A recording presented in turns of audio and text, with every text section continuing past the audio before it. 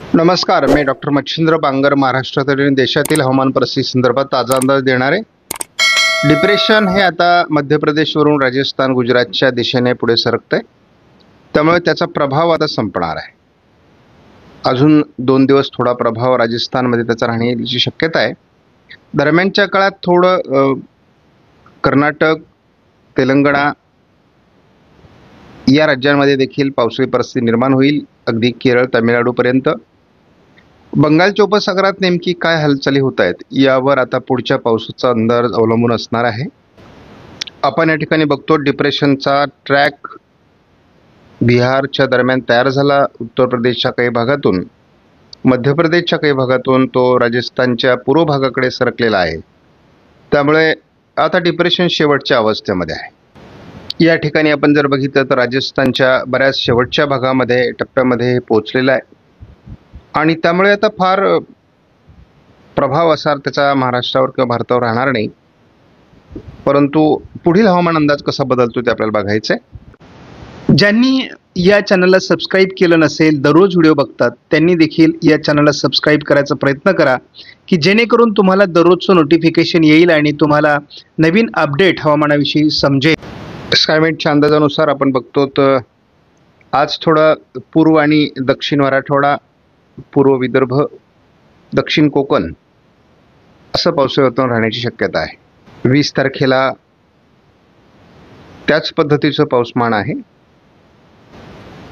21 तारखेला आपण बघतो की वातावरणात बदल दाखवण्यात आला आहे। दक्षिण कोकण, पूर्व विदर्भ पावसाचं प्रमाण वाढेल आणि सर्वत्र महाराष्ट्रामध्ये स्थानिक वातावरणास पोषक परिस्थिती निर्माण होईल। स्कायमेटने पहिल्यांदा आज 22 तारखेला मराठवाडा आणि विदर्भ असं एकत्र पावसाळी वातावरण दाखवलं आहे। तर कोकणातही जोरदार पाऊस आणि इतरत्रही म्हणजे मध्य महाराष्ट्र, पश्चिम महाराष्ट्र, उत्तर महाराष्ट्रात देखील स्थानिक वातावरणाची शक्यता व्यक्त केली आहे।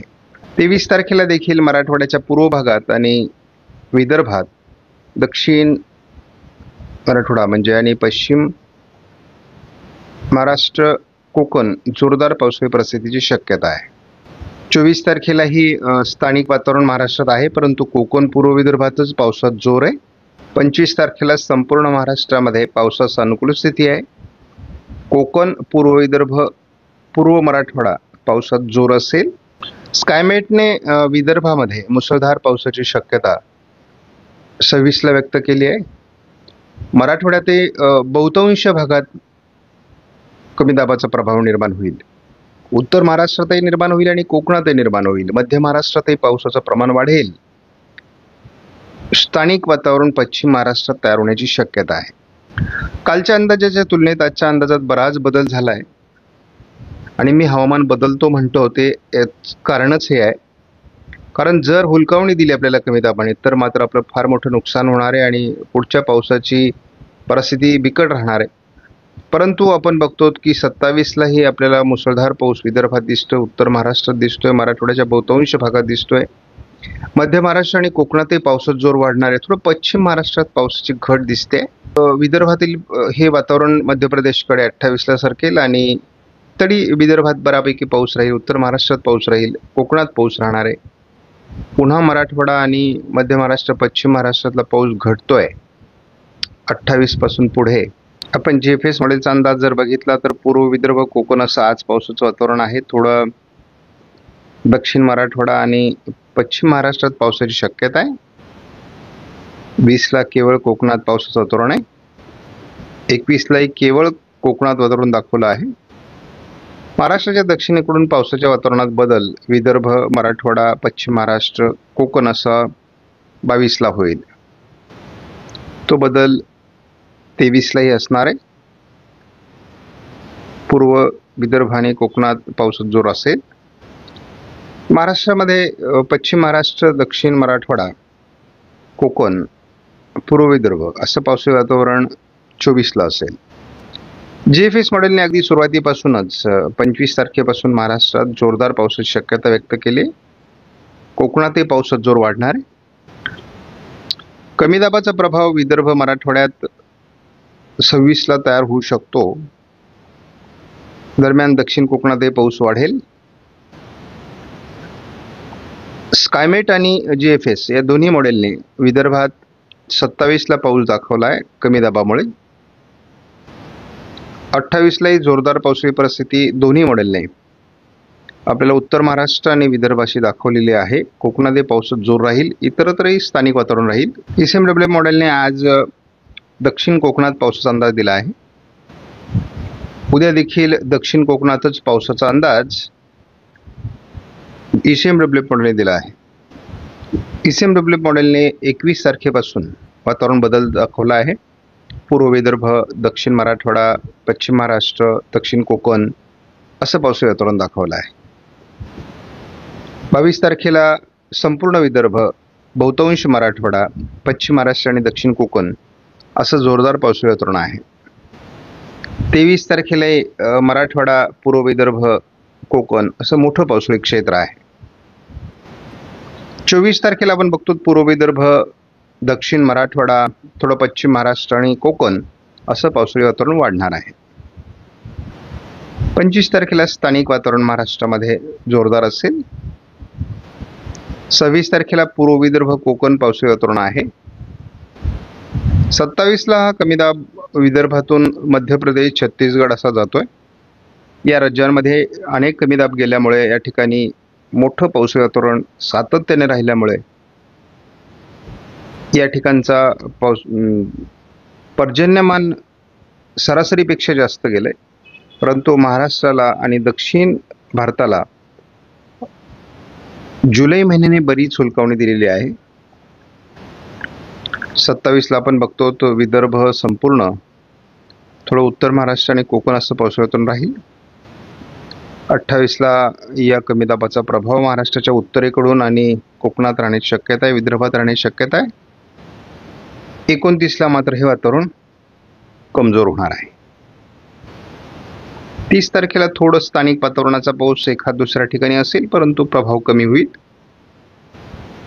असं दिसतंय की 28 तारखेपासून पुढे 2 ऑगस्ट पर्यंत पावसाचा खंड राहणार आहे भारताच्या बहुतांश भागात. एकत्रित अंदाज बघितला तर मराठवाड्यातही बऱ्यापैकी पाऊस होईल, पिकांना जीवदान देणारा. पश्चिम महाराष्ट्रातही पाऊस होणार आहे, उत्तर महाराष्ट्रातही पाऊस होणार आहे. मात्र पूर्व विदर्भ आणि दक्षिण कोकण पावसात जोर राहील. थोडा मध्य महाराष्ट्रात पावसाचं प्रमाण कमी राहण्याची शक्यता आहे. उत्तर मराठवाड्यात पावसाचं प्रमाण थोडं कमी राहणार आहे. म्हणजे विशेष करून नाशिक पूर्व भाग आहे, छत्रपती संभाजीनगर, जालना आहे, अहिल्यानगर आहे, पुणे पूर्व आणि सातारा पूर्व भागात थोडं पावसाचं प्रमाण कमी राहण्याची शक्यता आहे. आज थोडं रत्नागिरी, सिंधुदुर्ग, सांगली, कोल्हापूर आणि चंद्रपूर, गडचिरोलीच्या दक्षिणेला पाऊस राहण्याची शक्यता आहे. उद्या घाटमाथ्यावर पाऊस वाढेल. सातारा, सांगली, कोल्हापूर, रायगड, रत्नागिरी, सिंधुदुर्ग या जिल्ह्यांमध्ये पावसाची शक्यता आहे 20 तारखेला.